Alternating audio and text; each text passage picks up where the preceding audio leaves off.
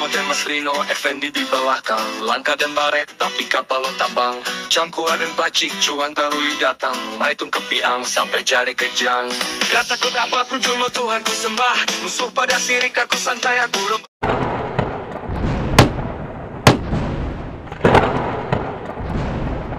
Bab 618. Holly mengerutkan kening karena khawatir. Melihat hal ini, Keira langsung menawarkan kata-kata penghiburan. Jangan khawatir, aku sudah siap. Holly bertanya dengan cemas, lalu apa yang harus kita lakukan sekarang? Keira menjawab, kamu tidur saja dulu. Kita bicara setelah itu. Holly berjaga di sini sepanjang malam, bekerja keras tanpa tidur, dan karena Vera belum tidur, dia pun tidak tidur. Ada lingkaran hitam besar di bawah matanya. Mendengar usulan Keira, dia menghela napas. Baiklah kalau begitu. Mereka berjalan menuju pintu keluar divisi khusus. Tepat saat mereka mencapai pintu masuk, sebuah suara yang penuh dengan urgensi memanggil, Holly. Keira menoleh dan melihat itu adalah ayah Holly, Vincent. Pria parubaya itu mempertahankan sikapnya yang terpelajar dan sopan. Langkahnya mantap saat mendekati mereka. Ketika Keira melihatnya, ada sedikit kebingungan di wajahnya. Saat masih SMP, dia dan Holly adalah sahabat, jadi dia sering bertemu Vincent. Meskipun Vincent adalah seorang dokter forensik, ia sering mengenakan pakaian kasual, sambil memegang donat di tangannya saat mengantar Holly ke sekolah. Ia kadang-kadang membawa satu donat tambahan untuk Keira jika ia tahu Keira belum sarapan. Kapanpun Vincent berbicara kepada Holly, dia selalu lembut, dengan senyuman di wajahnya. Ia mengenakan kacamata dan berbicara dengan logika yang jelas. Suaranya yang dalam selalu menyampaikan rasa stabilitas, seolah-olah ia dapat menopang langit untuk Holly. Setiap kali Keira melihat Vincent, dia merasa kagum. Karena, dalam imajinasinya, seperti itulah seharusnya seorang ayah. Taylor memperlakukan Isla seperti itu, lembut dan sabar. Tetapi setiap kali dia menghadapi Keira, dia menghadapinya dengan sikap meremehkan dan tidak sabar. Hal itu membuatnya bertanya-tanya apakah keberadaannya adalah sebuah kesalahan, jika tidak, mengapa dia begitu tidak disukai. Semakin sulit mendapatkan kasih sayang seorang ayah, semakin ia iri pada orang lain yang memilikinya. Mungkin baik Holly maupun Vincent tidak mengetahui pikirannya saat itu. Kalau dipikir-pikir kembali, Keira merasa seolah-olah kejadian itu sudah berlalu begitu saja. Seolah-olah kehidupan bersama Taylor dan Poppy di Oceanion telah lama memudar dari ingatan. Sekarang, ia juga memiliki seorang ayah yang memujanya. Keira menenangkan pikirannya, hanya untuk melihat Holly dengan mata berkaca-kaca. Holly baru saja menunjukkan kekuatannya di hadapan Keira, tetapi kini telah berubah menjadi anak kecil di hadapan ayahnya. Ia berkata dengan nada mengeluh, "Ayah, apa yang sebenarnya terjadi dengan kakek?" Itulah sebabnya Vincent datang ke sini. Wajahnya masih lembut saat menyentuh kepala Holly dan menjelaskan, "Kakekmu akan baik-baik saja. Keluarga Sims setia kepada Clara. Dia tidak mungkin melakukan kesalahan apapun." Holly mengerutkan kening. Tapi mereka bilang mereka telah menemukan bukti kunci. Vincent menundukkan pandangannya. Jangan khawatir, pasti ada kesalahpahaman. Namun, kita harus percaya pada pihak berwenang. Mereka tidak akan berbuat salah pada orang baik. Namun Holly menggigit bibirnya. Melihatnya seperti ini, Vincent tak kuasa menahan senyum. Ada apa? Aku tahu kamu khawatir dengan kakekmu, jadi aku datang ke sini untuk menenangkanmu. Kenapa wajahmu masih saja murung? Holly kemudian menatap Keira, tapi Vera Saud, penjahat yang kita tangkap dan yang ingin membunuh Kira, punya latar belakang yang sangat kuat. Dia punya hubungan dengan Interpol. Interpol akan datang besok untuk menangkapnya. Ayah, kita tidak bisa membiarkan mereka melakukan itu, kalau tidak, masalah dengan Kira tidak akan pernah selesai. Mendengar kata-kata Holly, Vincent melihat ke arah Keira. Saat melihatnya, dia sedikit terkejut. Keira. Kamu, Holly memotongnya. Ayah, dia bukan Keira. Dia hanya sedikit mirip Keira.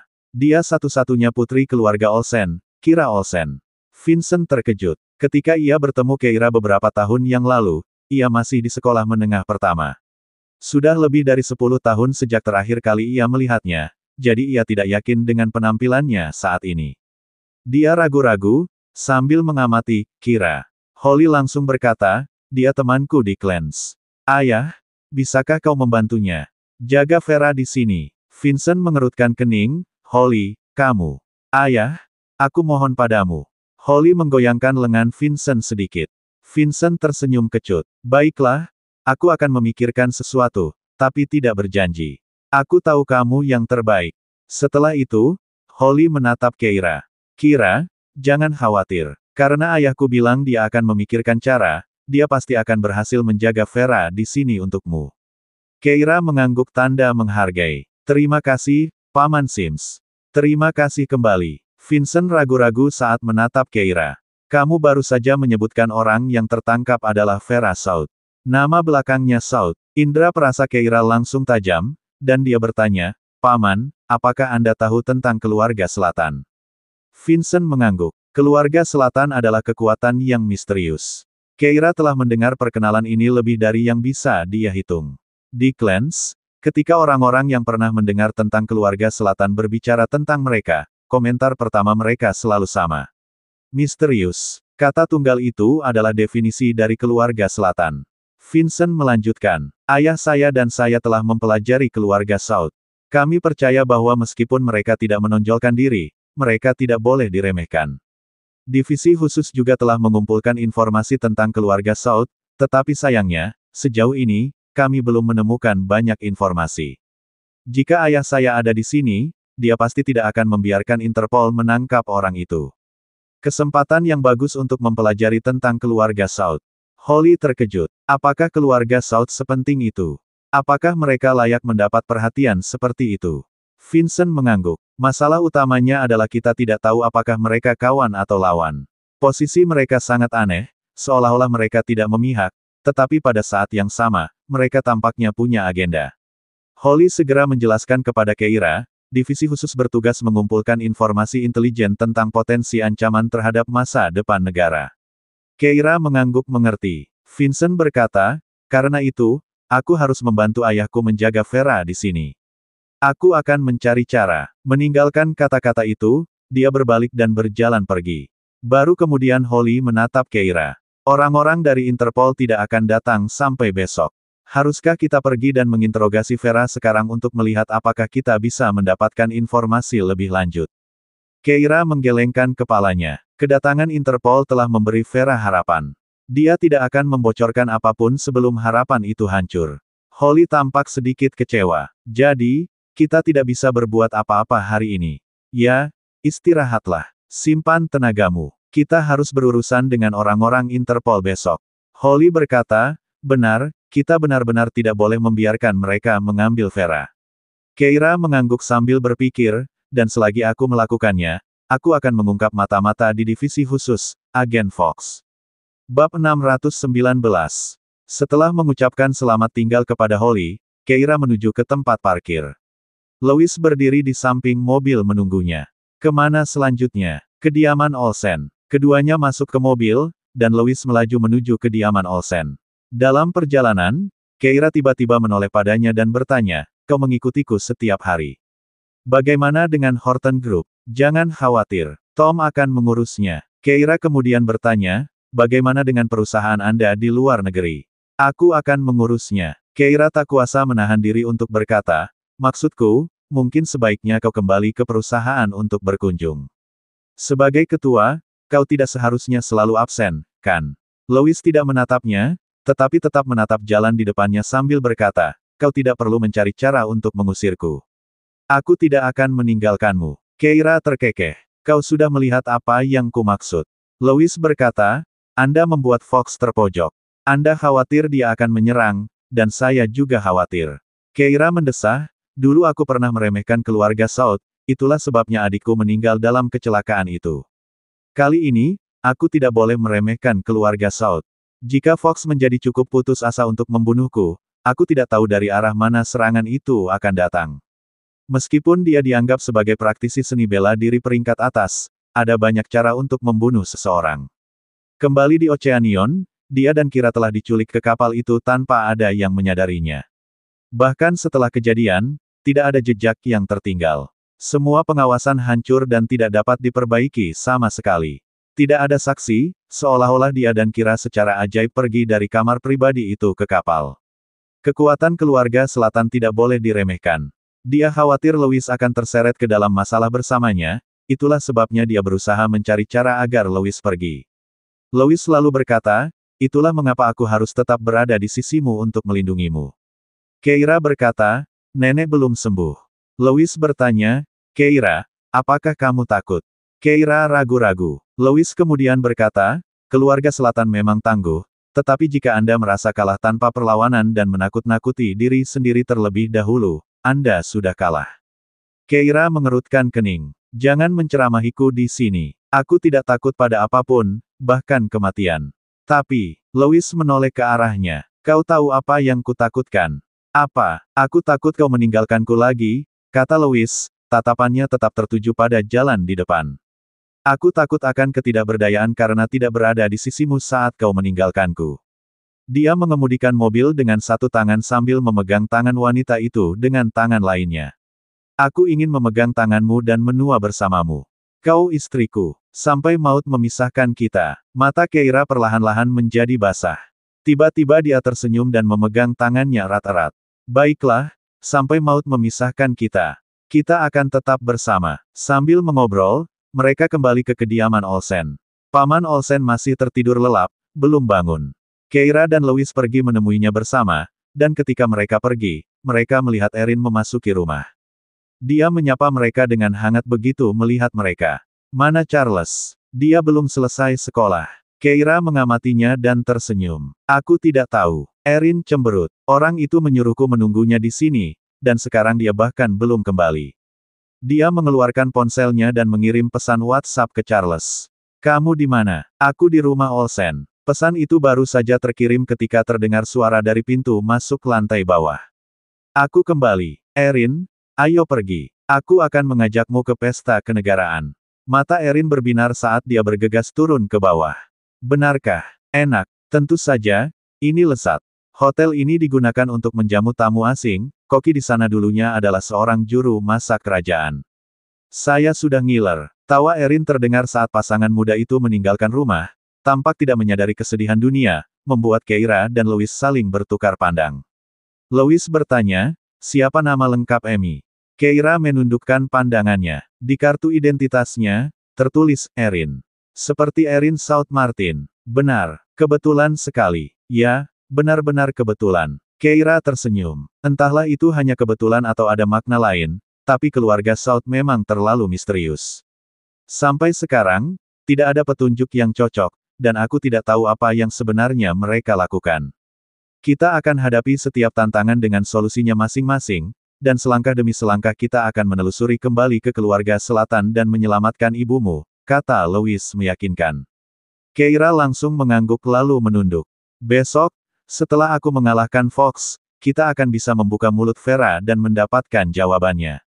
Louis melingkarkan lengannya di bahunya. Ya, mari kita nantikan hari esok. Segera hari berikutnya telah tiba. Karena mereka tidak tahu kapan Interpol akan datang untuk memindahkan Vera, Keira dan Louis tiba di divisi khusus lebih awal. Mereka langsung menuju ruang interogasi untuk mengunjungi Vera. Di bawah pengawasan Holly, Vera kembali mengalami malam tanpa tidur. Matanya merah, dan dia tampak seperti akan pingsan. Melihat Keira, dia mencibir. Apa menurutmu dengan memperlakukanku seperti ini? Aku akan memberitahumu apa yang ingin kau ketahui. Rabbit, setiap gadis di keluarga selatan telah menjalani pelatihan khusus. Siksaan semacam ini tidak ada artinya bagiku. Kau meremehkan Fox, dan kau juga meremehkanku. Keira menundukkan pandangannya, begitukah? Tentu saja, kata Vera dengan sikap menantang. Setelah hari ini, aku akan dibawa pergi oleh Interpol, dan kita tidak akan pernah bertemu lagi. Apa kau benar-benar berpikir kau bisa menjebakku di sini? Keira menatapnya. Ayo bertaruh. Taruhan apa? Jika Interpol menangkapmu, aku akan mengaku kalah. Jika tidak, ceritakan semua rahasia keluarga South kepadaku. Vera menatapnya, dan setelah beberapa saat, dia mengejek. Setuju. Bab 620. Vera menutup matanya. Saat itu siang hari, dan kedua lampu telah padam, sehingga matanya yang merah akhirnya bisa merasa lega. Tetapi kursi yang ia duduki tidak mempunyai sandaran, sehingga sulit untuk bersandar ke belakang. Oleh karena itu, meskipun punggungnya terasa sakit, ia tetap berusaha untuk bersikap tenang dan kalem di hadapan Keira. Dia tampak cukup yakin bahwa orang yang datang hari ini pasti akan membawanya pergi. Dia yakin dengan kemampuan Fox. Melihat ini, Keira menundukkan matanya dan perlahan berjalan keluar ruangan. Siapa sebenarnya Fox? Kekuatan apa yang ada di belakangnya? Berapa banyak orang yang berhasil ia tempatkan di Interpol untuk membuat Vera begitu yakin? Saat Keira merenung, Louis datang. Orang-orang dari Interpol sudah tiba. Keira segera bersemangat dan mengikuti Louis. Mereka baru saja berjalan ketika mereka mendengar suara pertengkaran terjadi. Vincent, menurutmu siapa dirimu? Kau tidak memegang jabatan apapun di divisi khusus. Apa hakmu untuk menghentikan mereka membawanya pergi?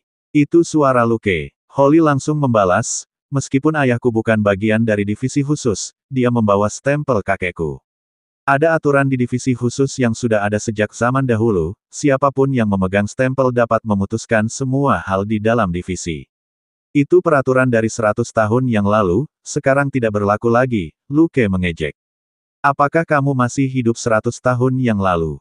Divisi khusus bukanlah milik pribadi keluarga Sims.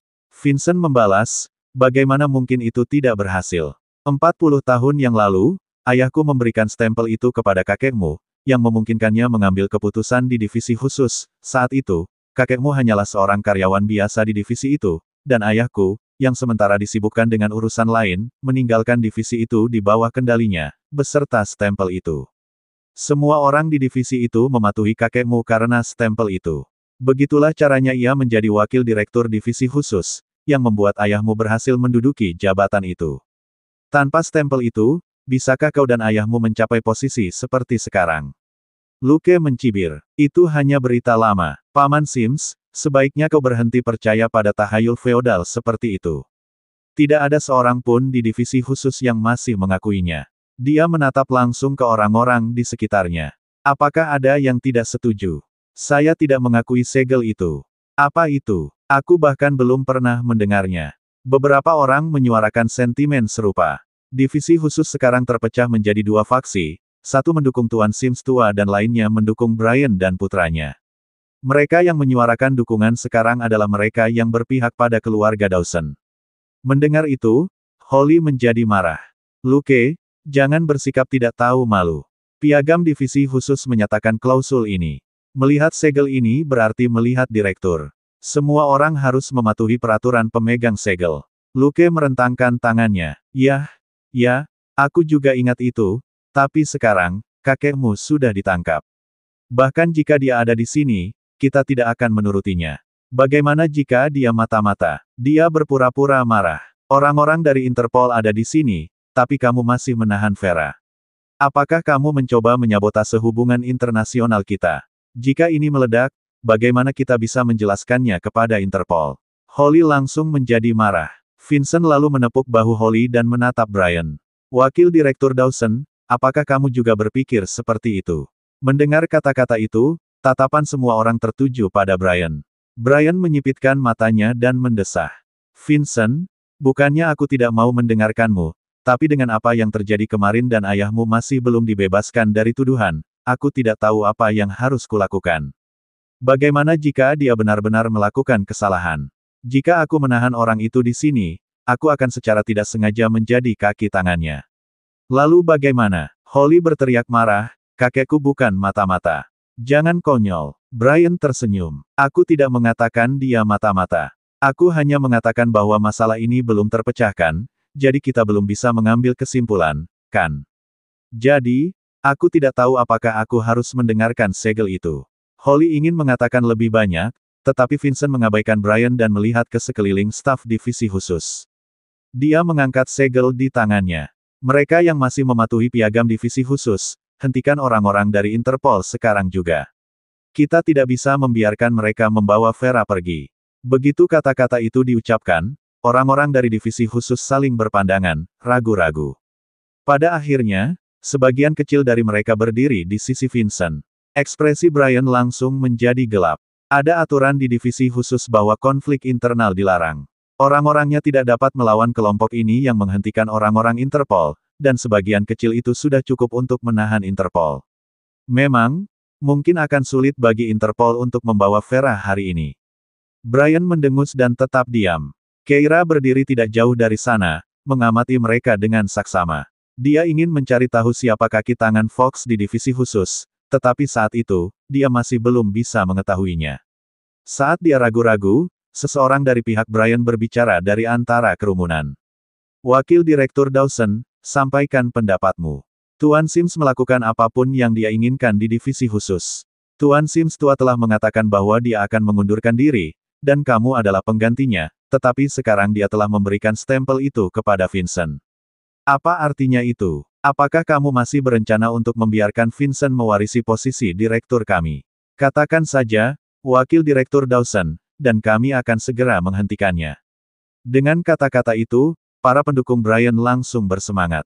Benar sekali. Pak Sims yang tua telah berjanji akan menyerahkan jabatan itu padamu, tetapi sekarang dia telah menyerahkan stempelnya kepada Vincent. Itu jelas-jelas penghinaan terhadapmu, Wakil Direktur Dawson. Mungkinkah Tuan Sims tua benar-benar tidak ingin menyerahkan kekuatannya?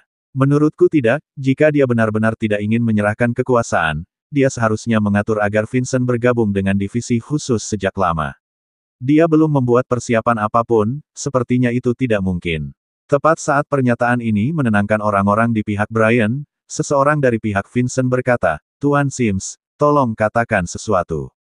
Ayah Anda dipaksa mengundurkan diri, dan divisi khusus selalu menjadi urusan keluarga Sims. Kami hanya mengakui anggota keluarga Sims. Katakan saja, dan kami akan melawan mereka. Kata-kata itu memicu kemarahan di antara orang-orang di sekitar Vincent. Ya, mengapa divisi khusus harus diserahkan kepada keluarga Dawson?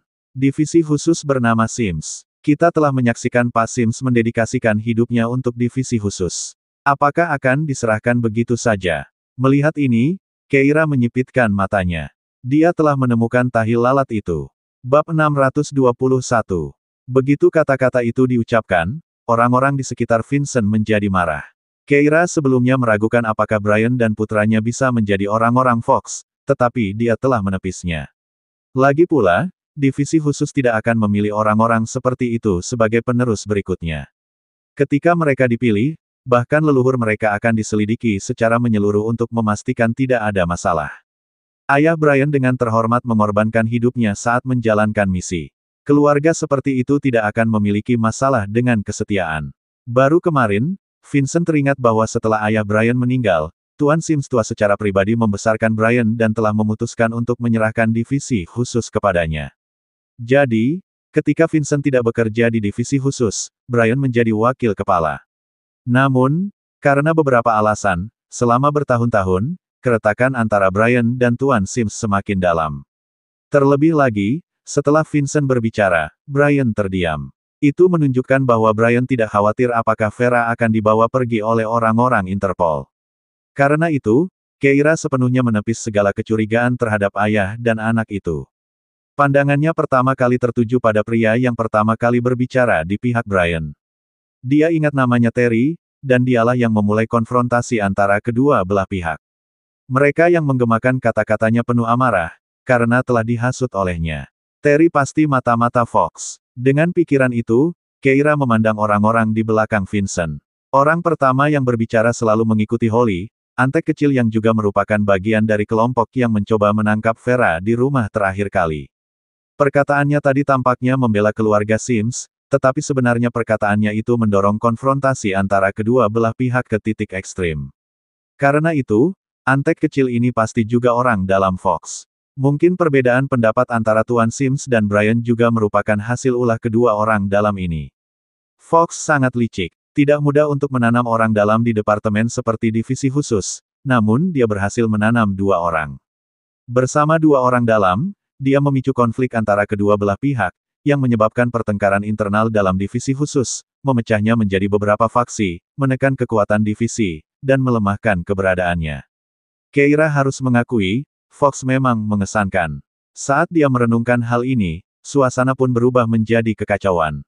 Dengan mata merah, Luke membantah, keluarga Sims tidak punya niat baik. Kau telah membujuk ayahku untuk bekerja di keluargamu. Kau jelas-jelas merencanakan suksesi dari ayah ke anak. Kenapa harus berpura-pura menjadi orang baik di depan ayahku? Holly pun terprovokasi dan menunjuk-nunjuknya sambil berteriak dengan marah, jika divisi khusus diserahkan kepada orang-orang sepertimu dan ayahmu, saat itulah semuanya akan benar-benar berakhir. Para penjahat yang dipenjara di sana berasal dari keluarga selatan, dan kau tampaknya telah lupa apa tugas divisi khusus. Mendengar perkataan Holly, Keira dalam hati mengutuk nasibnya. Benar saja, sesaat kemudian, Brian menatapnya dengan marah. Begitu, itu rencana kakekmu yang sebenarnya, kan? Kok tiba-tiba, alih-alih membawa putranya, dia malah membawamu. Sepertinya dia sudah berjaga-jaga terhadapku selama ini. Aku sudah menyerahkan hidupku pada divisi khusus. Aku tidak pantas dituduh oleh anak muda sepertimu. Terjebak dalam argumen tersebut, Holly membalas, Brian, tanyakan pada dirimu sendiri, apakah kamu benar-benar telah mengabdikan diri dan bertanggung jawab kepada divisi khusus? Luke berkata, tentu saja, ayahku. Kau berkeliling divisi khusus dengan sahabatmu, bertingkah seolah-olah itu rumahmu sendiri. Holly ingin bicara, tetapi Vincent langsung menghentikannya. Holly, sudah cukup. Holly baru saja berhenti bicara ketika Luke mengejek. Tidak bisa berdebat dengan kami, jadi kalian diam saja, kan? Holly dan Vincent, kalian berdua munafik. Kalau kalian menginginkan kekuatan divisi khusus, katakan saja. Kenapa harus berpura-pura tidak bersalah? Dan Pak Tua Sims, dia hanyalah rubah tua yang licik. Dia benar-benar menipu ayahku. Marah, Vincent membalas, aku bisa mentolerir kekasaranmu terhadapku, tapi jangan menjelek-jelekkan ayahku. Ayahku telah mengabdikan hidupnya untuk divisi khusus dan akan mati sebagai orang yang berdedikasi. Dia tidak pernah mengkhianati divisi khusus dengan cara apapun. Luke mencibir. Kalau tidak ada apa-apa, kenapa dia ditangkap?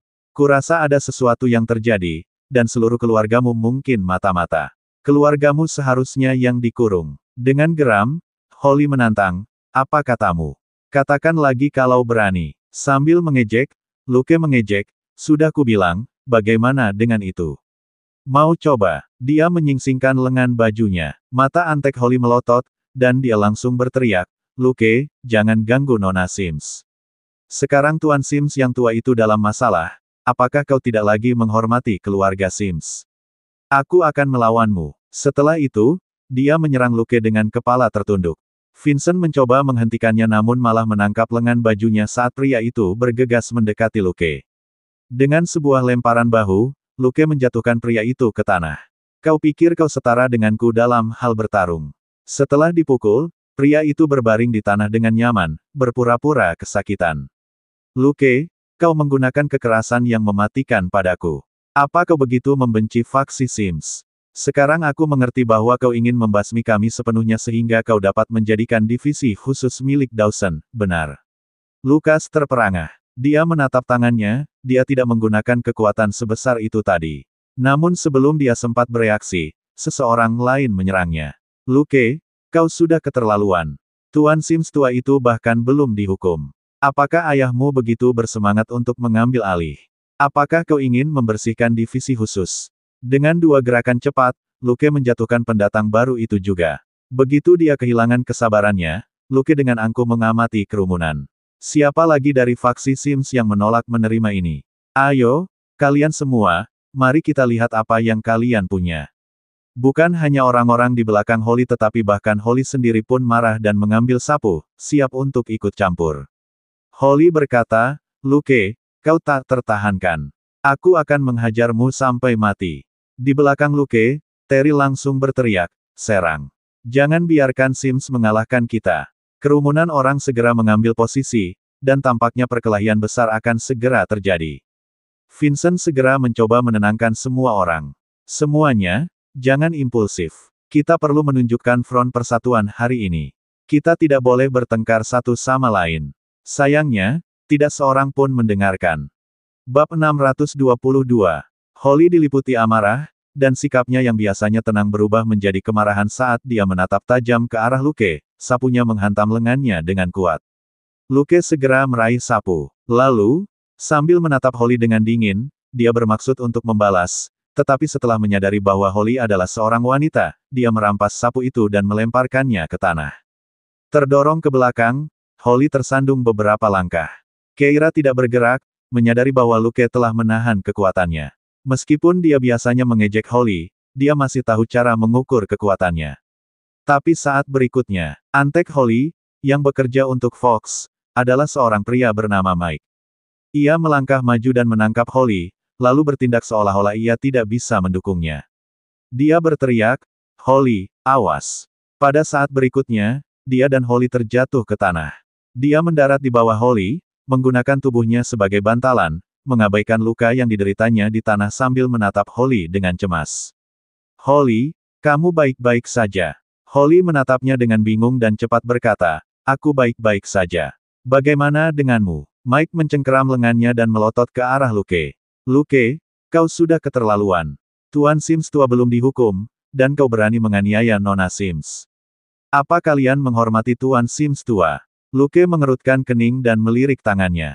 Tanpa curiga, dia hanya mengejek. "Aku bahkan tidak menggunakan banyak kekuatan, dan dia jatuh."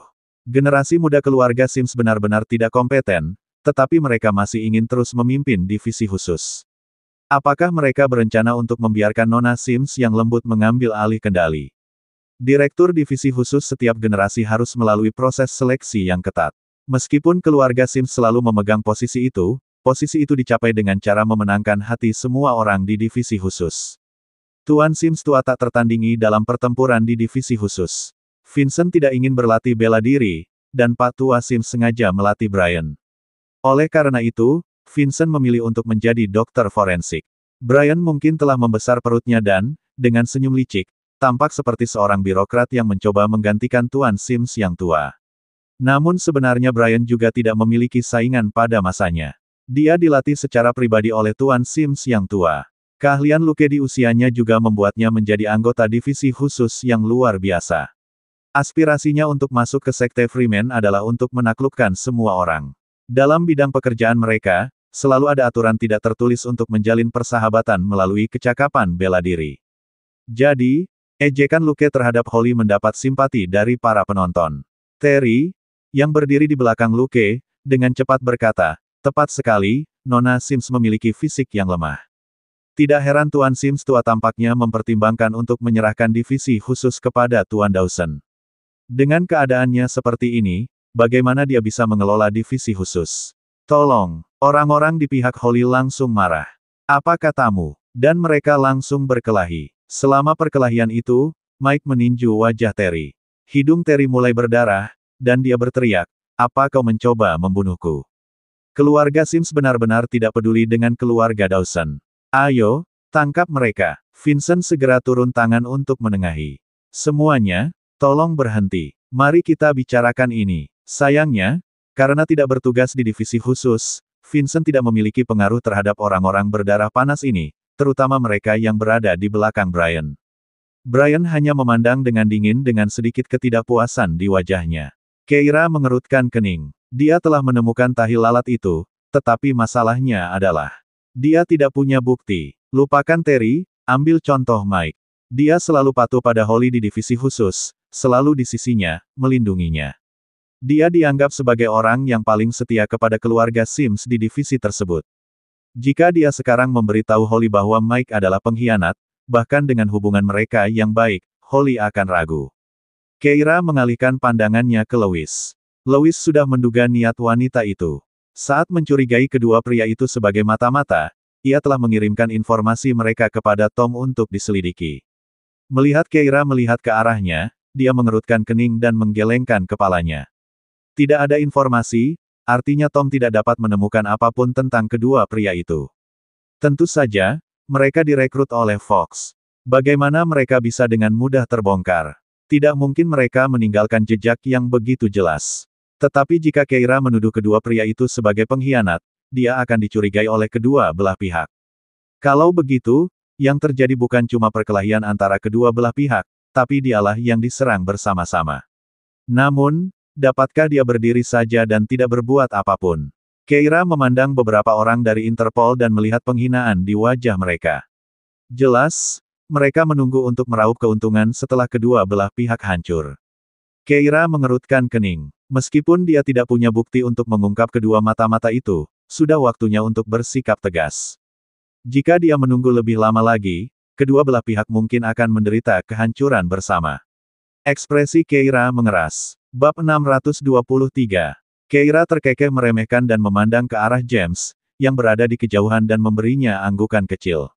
Seketika, James memimpin beberapa pengikut sekte dalam dari sekte Freeman, menyerbu ke dalam kekacauan itu.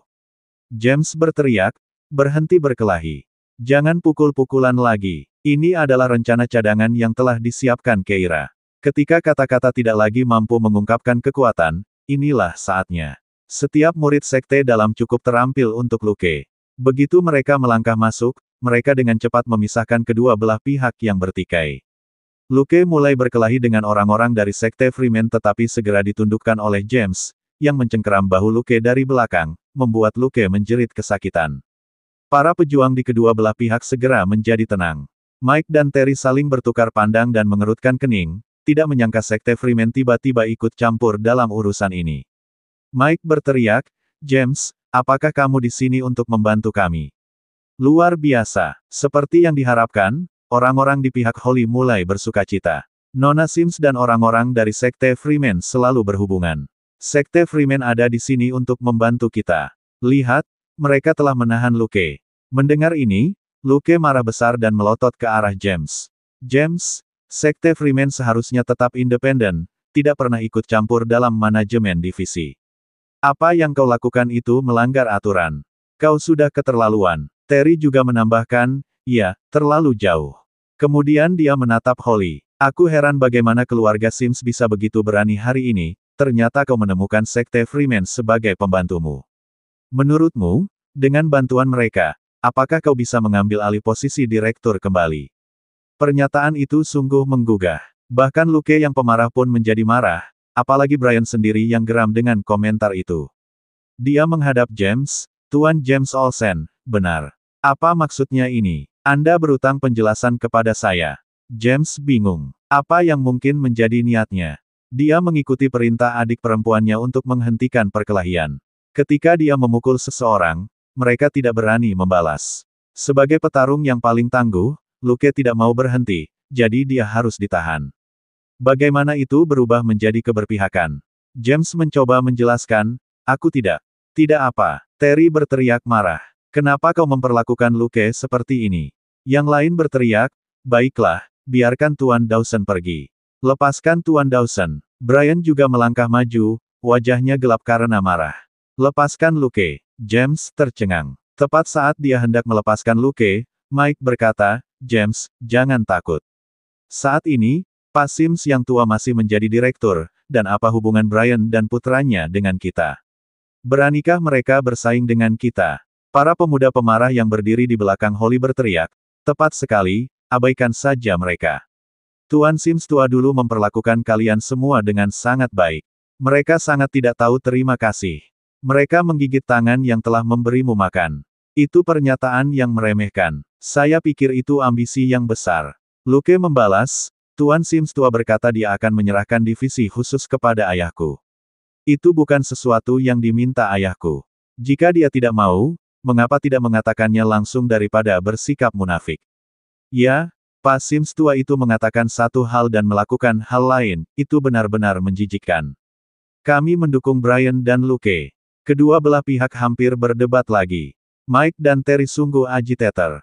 Keira mencibir. Ia melangkah maju dan berbicara kepada Brian, wakil direktur Dawson, apakah menurutmu Tuan Sims tua itu mengatakan satu hal tetapi melakukan hal lain? Mendengar ini, Brian ragu sejenak, kilatan kemarahan tampak di wajahnya. Keira saat itu mengerti bahwa itu adalah dendam yang dibangun selama ini. Tidak diragukan lagi, Terry telah membisikkan racun ke telinga Brian secara teratur. Begitulah cara kerja kepercayaan antar manusia. Satu atau dua rumor tidak akan banyak membantu, tetapi bagaimana jika seseorang terus-menerus mendengarkannya? Tuan Sims dan Brian sama-sama pemikir yang hebat. Ada terlalu banyak kepala suku di divisi itu dan ada konflik yang terjadi di antara mereka. Tuan Sims tua tentu saja punya niat tulus untuk menyerahkan divisi khusus kepada Brian. Namun karena suatu alasan, dia menunda masa pensiunnya, sehingga menimbulkan kecurigaan Brian. Luke mencibir. Tentu saja, dia tidak tulus. Dia berusia 80 tahun dan masih bertahan pada posisi direktur. Ayahku sudah berusia 50 tahun. Apakah dia berencana untuk menunggu sampai dia berusia 100 tahun? Itu akan membuat ayahku berusia 70 tahun saat dia menjadi direktur. Brian mencibir dan menoleh ke Vincent. Karena topik ini sudah diangkat hari ini, Tuan Sims, saya ingin jawaban yang jelas. Apakah ayah Anda tidak puas dengan saya? Apakah Holly dibawa ke sini untuk menggantikannya? Dengan ini, Luke berseru, atas dasar apa? Ayah telah berkorban begitu banyak untuk divisi khusus. Membiarkan Holly mengelola divisi khusus. Aku tidak bisa menerimanya. Aku juga tidak bisa menerimanya. Brian, jangan buang-buang waktu dengan mereka. Tuan Sims sudah dibawa pergi, sebaiknya kau yang mengambil alih. Keira mengamati Brian dan mendesah dalam hati. Dia bertanya, apakah kamu tidak percaya pada Tuan Sims yang tua? Brian membentak, aku tidak punya apa-apa untuk dikatakan kepada gadis sepertimu. Tapi aku punya sesuatu untuk dikatakan kepadamu. Keira melangkah maju dan menyerahkan sebuah dokumen kepada Brian. Sebelum kau meragukan Tuan Sims, lihatlah ini. Keira sudah datang dengan persiapan. Bab 624. Brian mengerutkan kening, menatap dokumen di tangan Keira dengan ragu. Apa ini? Keira mendorong benda di tangannya sedikit ke depan. Lihatlah dulu sebelum kau mengatakan apapun. Brian mengerutkan kening lagi. Keira sengaja memprovokasi dia. Wakil Direktur Dawson, apakah kamu takut melihat sesuatu yang diberikan oleh seorang wanita muda sepertiku? Brian tidak tertipu. Namun Luke merasa kesal. Apa katamu? Coba aku lihat. Dia melangkah maju dan menyambar dokumen itu dari tangan Keira, meliriknya sejenak, dan sedikit terkejut. Apa-apaan ini? Orang-orang di belakangnya mencondongkan tubuh ke depan untuk melihat. Bukankah ini deklarasi yang kita buat saat bergabung dengan divisi khusus? Kalimat itu membuat Brian terdiam sejenak. Apa? Luke kemudian menyerahkan dokumen itu kepada Brian. Brian menatapnya. Itu memang deklarasi yang mereka semua tulis saat bergabung dengan divisi khusus. Orang-orang ini bergabung dengan divisi khusus karena cinta tanah air mereka, bersedia mengabdikan hidup mereka untuk mengabdi pada negara mereka. Sebelum bergabung, setiap orang harus membaca piagam divisi khusus dan menuliskan niat awal mereka dalam buklet ini. Hanya saja seiring berjalannya waktu, semua orang telah melupakannya. Divisi khusus memiliki banyak anggota, dan buklet ini terlihat sangat tua. Sementara yang lain kebingungan, Brian menatap kosong sejenak, lalu segera membalik-balik halaman, dan langsung mendarat di halaman 36. Di sana, terlihat dua jenis tulisan tangan yang berbeda. Yang satu ditulis oleh seseorang yang tampak sangat terpelajar, dengan tulisan tangan yang menarik untuk peremajaan besar Clara. Brian berhenti sebentar. Holly meliriknya dan juga tercengang. Ini tulisan tangan kakek. Menilik tanda tangannya, memang itu adalah Tuan Sims tua. Holly mengerutkan kening dan melihat lebih jauh ke bawah. Itu adalah deretan tulisan tangan seperti anak kecil, bengkok dan miring. Kalimatnya sederhana, untuk peremajaan besar Clara. Kedengarannya seperti meniru pernyataan di atas, tetapi seperti suara seorang anak muda dengan kenaifan masa muda, yang dengan sungguh-sungguh menyampaikan keinginannya. Melihat deretan kata itu membuat Holly terdiam sejenak. Apa itu? Luke langsung mencibir. Siapa yang menulis itu? Jelek banget. Mendengar kata-kata itu, wajah Brian menjadi gelap, dan dia memukul kepala Luke. Jaga mulutmu. Aku menulisnya saat berusia 5 tahun, dan itu sangat mengesankan. Luke tercengang. Dengan senyum yang memikat, Luke berkata, wah, ayah yang menulis ini. Tapi bukankah pernyataan ayah untuk bergabung dengan divisi khusus agak berlebihan? Kaum muda tidak memahami makna kalimat ini. Bagi mereka, kalimat itu terdengar enteng, dan mereka tidak menyadari betapa banyak pendahulu mereka yang harus membayar harga dengan nyawa mereka. Negara mereka, Clara, baru mulai berkembang dengan baik dalam 30 tahun terakhir. Brian berusia 50 tahun, ia berusia 5 tahun sekitar 45 tahun yang lalu. Saat itu, Clara masih merupakan negara berkembang yang berusaha mengejar ketertinggalan dari negara-negara lain. Upaya para pendahulu inilah yang membuahkan perkembangan di Clara saat ini. Luke mungkin tidak mengerti, tapi Brian sangat jelas tentang seberapa tua Tuan Sims, dan dia telah berkorban untuk satu kalimat ini. Mengapa Vincent tidak bergabung dengan divisi khusus? Apakah karena ia senang menjadi dokter forensik? Tidak, dia diserang dalam upaya pembunuhan sewaktu kecil, mengalami cedera, dan tidak dapat berlatih seni bela diri. Brian tiba-tiba teringat apa yang sering dikatakan oleh Pak Sims saat dia masih kecil, divisi khusus bukan milik keluarga Sims. Itu milik semua orang. Brian kecil, saat kamu dewasa, kamu harus ingat ini. Kamu harus memenuhi keinginanku dan ayahmu.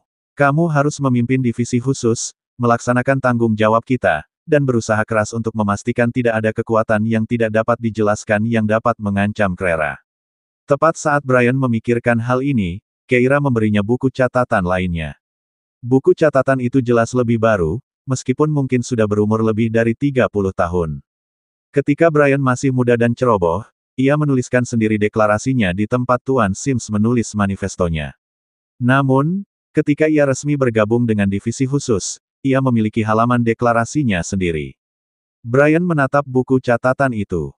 Dia mengulurkan tangannya, mengambilnya, dan perlahan membuka halaman deklarasi. Dia tidak perlu melihat deklarasi itu untuk mengetahui apa isinya. Demi peremajaan Clara yang luar biasa. Menjadi pelindung Clara yang paling aman. Ekspresi garang di wajah Brian berangsur-angsur menghilang setelah melihat kalimat ini. Setiap orang memiliki aspirasi asli. Aspirasinya sendiri mendorongnya untuk mengambil alih divisi khusus. Dia benar-benar berharap untuk melindungi keluarga dan negaranya, menjadi pelindung Clara. Tetapi kapan dia mulai melupakan aspirasi awalnya ini? Brian mengepalkan tangannya erat-erat, dan matanya perlahan-lahan basah. Keira menatapnya. Wakil Direktur Dawson, saya tidak bisa membuktikan apapun, saya juga tidak tahu mengapa Tuan Sims yang tua menunda masa pensiunnya, tidak mau menyerahkan jabatannya kepada Anda. Namun, saya pikir Anda seharusnya tidak melupakan aspirasi awal Anda. Brian mengerutkan bibirnya. Bahkan Luke pun terdiam. Terry masih ingin memprovokasi massa. Jangan gunakan kepentingan negara untuk menyampaikan maksudmu, kamu. Diam. Brian menegur dengan tajam, mengejutkan Terry. Brian menatap Keira. Aku tidak akan pernah melupakan tugasku. Tapi apa hubungannya penangkapan seseorang oleh Interpol dengan ini? Keira berkata, Wakil Direktur Dawson, Anda sangat memahami urusan divisi khusus, jadi Anda harus memahami bahwa divisi khusus selalu ingin mencari informasi tentang keluarga selatan, bukan? Mendengar hal ini, Brian tercengang. Maksudmu? Ya, Vera South adalah anggota keluarga South. Kalau tidak, menurutmu mengapa Tuan Sims tua itu secara khusus menyetujui surat perintah penangkapan untukku? Brian tercengang. Keira menatapnya. Jadi, apakah menurutmu Vera South masih harus diserahkan ke Interpol? Terry berkata, jangan mencari alasan di sini, penjahat itu bahkan tidak memiliki nama keluarga South. Vera South adalah nama Clara-nya, orang asing datang ke Clara dan memilih nama Clara untuk diri mereka sendiri, hanya untuk memudahkan pengucapan. Apakah Anda benar-benar berpikir bahwa hanya karena dia dipanggil Vera South, dia termasuk dalam keluarga South? Anda, semua personel, patuhi perintahku. Terry dipotong oleh Brian. Brian menegakkan punggungnya dan meletakkan kedua manifesto di tangannya. Perutnya yang buncit bahkan tampak menjadi sedikit lebih tampan dan enak dipandang. Semua anggota divisi khusus segera berdiri tegak, melakukan penghormatan yang telah mereka latih selama ini. Brian berkata, Tuan Sims tidak ada di sini, dan saya untuk sementara bertugas di divisi khusus.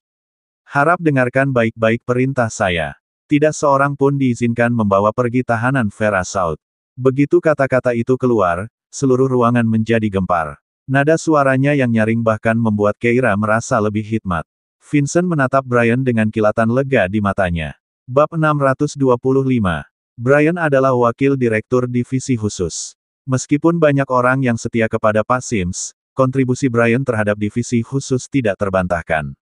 Oleh karena itu, begitu dia berbicara, semua orang yang hadir, termasuk Holly, berdiri tegak dan berkata, ya. Saat suara-suara bersemangat itu mereda, kedua kubu yang tadinya terbagi segera menoleh serentak, melotot marah ke arah perwakilan Interpol. Menyaksikan perselisihan mereka, orang-orang Interpol tercengang. Fox telah membeli orang yang datang untuk membawa Vera pergi. Begitu dia mendapatkan Vera, dia akan menyerahkannya kepada Fox. Fox telah menjelaskan bahwa akan ada pertikaian internal di divisi khusus dan dia hanya perlu menonton dari pinggir lapangan. Tetapi bagaimana mungkin, saat mereka sedang menikmati pertunjukan, kedua belah pihak bisa berdamai begitu cepat. Orang yang bekerja untuk Fox tidak dapat menemukan jawabannya dan tidak menanggapi untuk sementara waktu. Brian menghampirinya dan berkata, maaf, tapi Anda tidak bisa membawa tahanan ini. Divisi khusus masih memiliki banyak kasus yang belum tuntas. Kepala Interpol segera membalas, bukankah sudah disepakati bahwa semua kasus akan digabungkan dan ditangani oleh kami? Brian hanya berkata, kasus kami bukan bagian dari kesepakatan itu. Orang yang bertanggung jawab menjadi marah.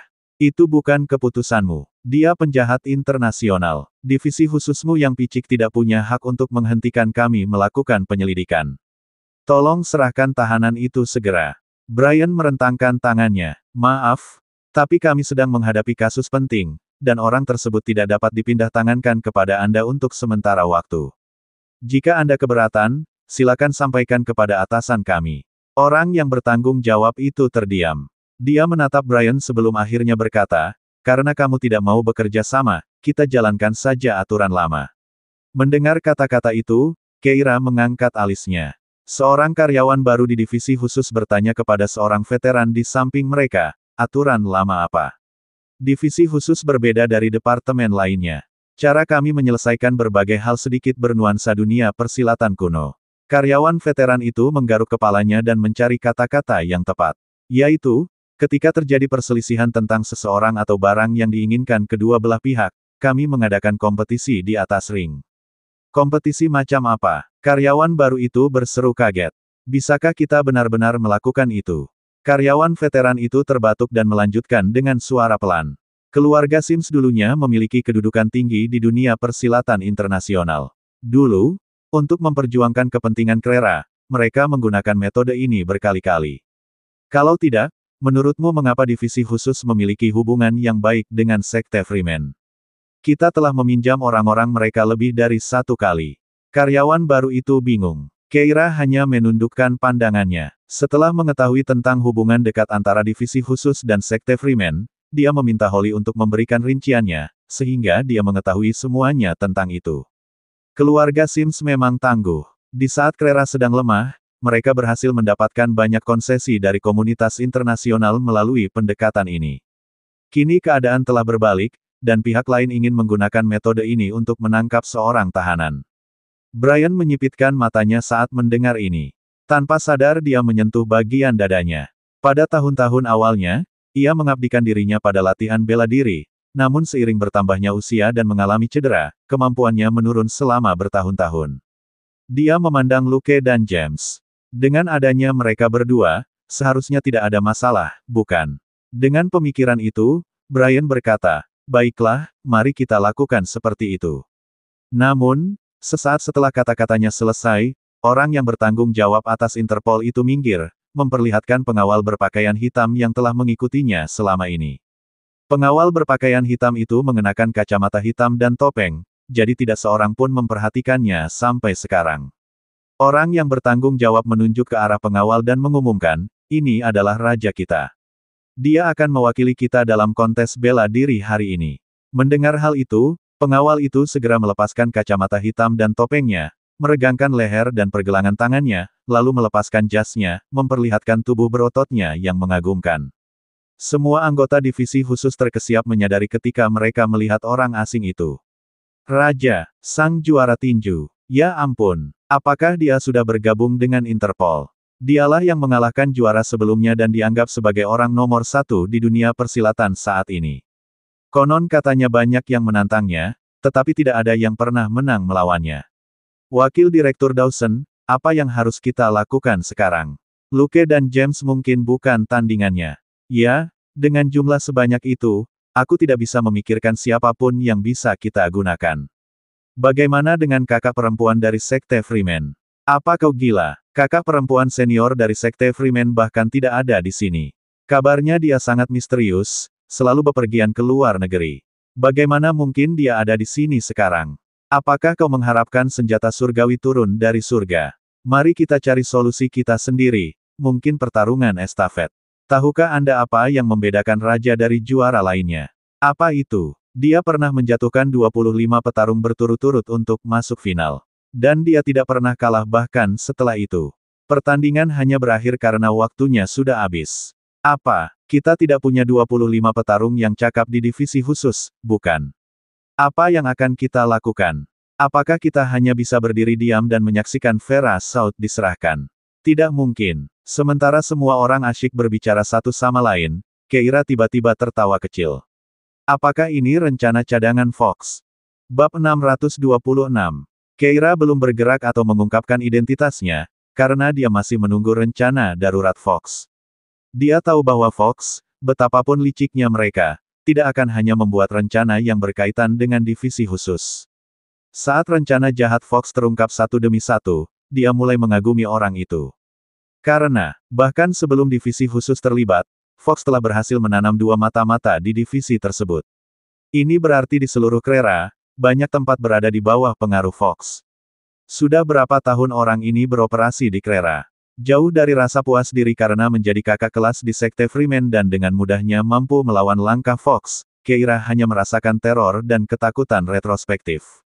Identitasnya sebagai kakak perempuan senior Sekte Freeman adalah sebuah kesempatan, pertemuan tak disengaja dengan gurunya di Oceanion. Namun, ini semua adalah bagian dari rencana Fox, baik itu Terry dan Mike atau King. Jika Keira tidak bertemu dengan gurunya, dia mungkin masih menjelajahi dunia untuk mencari murid terakhirnya, dan Sekte Freeman tidak akan memiliki kakak perempuan senior. Jika begitu, James akan menjadi yang terkuat di generasi ini. Namun kebetulan saja bahwa King dapat mengungguli James dengan selisih yang jauh. Saat Keira asyik berpikir, King sudah menanggalkan bajunya, memperlihatkan otot-ototnya yang kekar. Ia menepukkan tangannya, membuat otot lengannya menonjol, memperlihatkan kekuatan yang kuat. Setiap kali ia melangkah, otot-ototnya tampak sedikit goyang, tetapi langkah kakinya tetap mantap.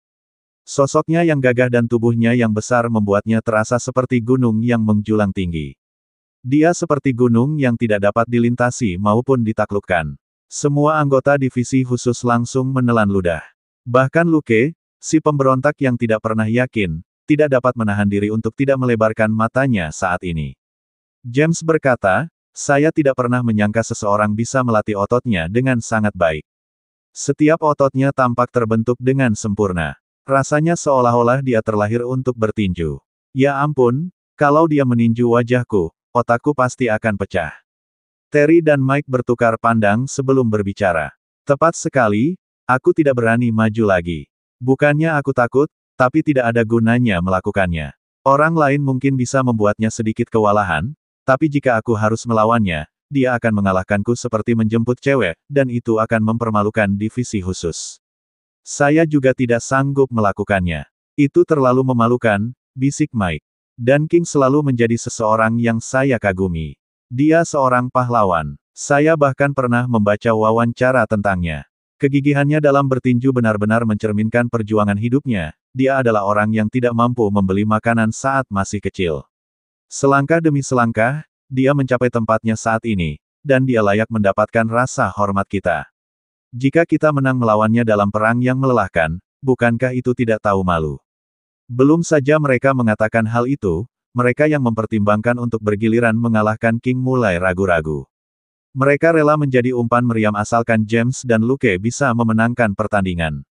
Cedera yang diderita tidak menjadi masalah bagi mereka karena mereka masih ingat sumpah untuk bergabung dengan divisi khusus. Tetapi setelah mendengar apa yang dikatakan Terry dan Mike, mereka tiba-tiba merasa bahwa bahkan jika perang yang menguras tenaga itu membuahkan kemenangan, itu akan menjadi kemenangan yang tidak terhormat. Semua orang terdiam. Raja mengamati kerumunan, lalu berbalik untuk melihat orang yang bertanggung jawab dari Interpol. Orang itu langsung melangkah maju. Kurasa orang-orang dari divisi khusus tidak akan menyerah pada perang yang melelahkan, kan? Begini yang bisa kita lakukan. Kau bisa memilih 10 orang, dan jika salah satu dari mereka mengalahkan King, maka tawanan itu milikmu. Namun, jika King mengalahkan ke-10 orang itu, tawanan itu milik kita. Bagaimana? Mendengar kata-kata itu, para anggota divisi khusus merasa makin malu. Mereka mungkin tidak dapat mengalahkan raja dengan 10 orang, tetapi apakah akan hebat jika mereka menang? Luke langsung berkata, apa yang masih kau tunggu? Ada yang mau jadi sukarelawan. Dia dan James adalah yang paling cakap di divisi khusus dan pastinya menjadi orang terakhir yang pergi seandainya ada yang berhasil mengalahkan King. Jadi, mereka membutuhkan 8 orang lainnya untuk menerima serangan pertama. Tetapi begitu dia mengatakan itu, semua orang terdiam. Di zaman modern, orang-orang khawatir dengan menyelamatkan muka, dan anggota divisi khusus lainnya menganggap gagasan itu terlalu memalukan. Luke mengerutkan kening. Ada apa dengan kalian semua? Semua orang menunduk, terlalu takut untuk berbicara. Luke menjadi tidak sabar. Apakah ini saatnya menyelamatkan muka? Kita harus menang apapun yang terjadi. Teruskan saja. Lalu Mike berkata, Kamu membuatnya terdengar begitu mudah, tapi itu terlalu memalukan. Sementara semua orang ragu-ragu, Brian tiba-tiba berkata, aku sudah tua sekarang, dan kekuatanku menurun. Aku dirundung penyakit. Aku seharusnya tidak melebih-lebihkan diriku sendiri, tetapi melihat raja, aku tidak bisa menahan diri. Bagaimana kalau aku bertanding dengannya terlebih dahulu? Dengan kata-kata itu, dia melangkah maju. Bab 627. Brian melangkah maju sambil tersenyum. Generasi tua tahu bahwa menyelamatkan muka tidak ada artinya dibandingkan dengan manfaat praktis. Luke langsung bicara, ayah, kau tidak bisa.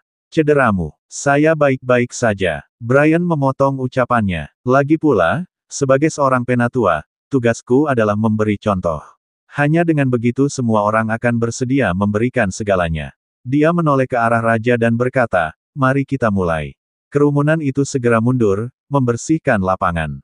Keira menyaksikan pemandangan itu. Jika James dan Luke dapat memenangkan pertandingan ini, dia ingin menghemat kekuatannya, terutama karena mereka masih bertarung melawan Fox. Mengungkapkan terlalu banyak terlalu cepat dapat menyebabkan kekalahan lebih cepat. Identitasnya sebagai saudari senior Sekte Freeman harus tetap dirahasiakan kecuali benar-benar diperlukan. Dia menatap Brian. Pada saat itu, sekilas kekaguman muncul di matanya. Meskipun awalnya ia merasa ragu, ia mulai mengerti mengapa Tuan Sims mempercayakan divisi khusus kepadanya. Keberanian dan kemauan Brian untuk menghadapi rasa malu terlihat jelas. Seseorang harus menjadi orang seperti itu untuk memimpin organisasi seperti divisi khusus.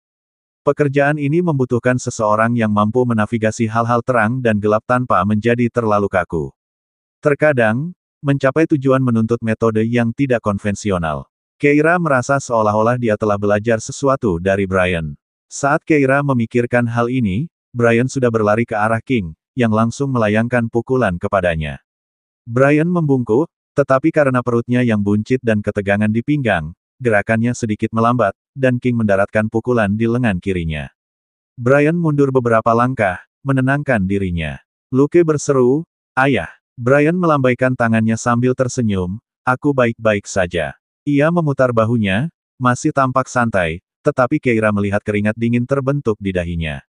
Ia tak dapat menahan diri untuk berjalan ke arah Luke dan bertanya dengan lembut, apakah ayahmu punya luka lama? Luke meliriknya, masih kesal dengan komentarnya sebelumnya tentang Holly, dan memilih untuk mengabaikannya. Sebaliknya, Holly berkata, iya, Wakil Direktur Dawson telah melaksanakan banyak misi rahasia untuk divisi khusus selama bertahun-tahun. Dia memiliki ratusan bekas luka dan 78 luka serius. Dia memiliki lebih dari selusin bekas luka di punggungnya saja dan banyak bekas cakaran di dadanya. Ada beberapa kejadian di mana peluru menyerempet jantungnya. Perkataan Holly membuat Luke mengangkat dagunya dengan bangga. Bagi mereka, bekas luka ini adalah medali dan bukti kontribusi mereka. Holly melanjutkan, punggung Wakil Direktur Dawson pernah patah. Saat menjalankan misi, ia jatuh dari tebing dan tersangkut dahan pohon. Meski selamat, otot-otot di punggung bawahnya putus dan tidak dapat diperbaiki. Sejak saat itu, Paman Dawson bertugas di mejanya. Keira menarik napas dalam-dalam, merasakan kekaguman baru pada Brian. Luke mencibir, cukup. Setiap bekas luka di tubuh ayahku melambangkan pengabdiannya, namun kakekmu menolak untuk mengundurkan diri. Itu tidak masuk akal. Dia dengan cemas mengalihkan perhatiannya kembali ke pertarungan. Keira menegangkan rahangnya. Pada saat itu, dia tiba-tiba mengerti rasa frustrasi Brian dan Luke. Brian adalah pemimpin yang cakap, dan Luke mungkin juga telah melakukan banyak pengorbanan. Tuan Sims yang tua, meskipun berjanji untuk menyerahkan divisi khusus kepada Brian, dengan keras kepala mempertahankan jabatannya di usia 80 tahun. Tidak mengherankan jika kebencian mulai tumbuh. Siapapun yang berada dalam situasi ini akan merasa terjauhkan. Brian baru berusia 50 tahun dan berada di masa keemasan untuk meraih hal-hal hebat, namun Pak Tua Sims menahannya. Bukankah kebencian akan tumbuh seiring berjalannya waktu? Tetapi melihat sikap Holly, jelas bahwa Tuan Sims tua mungkin punya alasan tersendiri. Divisi khusus kini tampak terpecah-pecah. Menyelesaikan konflik internal mereka sangatlah penting. Kelompok itu perlu bersatu untuk menghadapi ancaman eksternal. Memikirkan hal ini, Keira mendekati Holly dan bertanya dengan lembut, apakah kakekmu benar-benar tidak mempertimbangkan untuk menyerahkan divisi khusus kepada Brian? Holly menggelengkan kepalanya, aku belum pernah mendengar rencana seperti itu. Aku hanya mendengar kakekku mengatakan bahwa kita harus mengikuti kepemimpinan Wakil Direktur Dawson. Dia tidak pernah menyebutkan niat untuk mengundurkan diri. Keira mengangguk. Sementara itu, di arena, Brian dan King saling beradu pukulan lagi.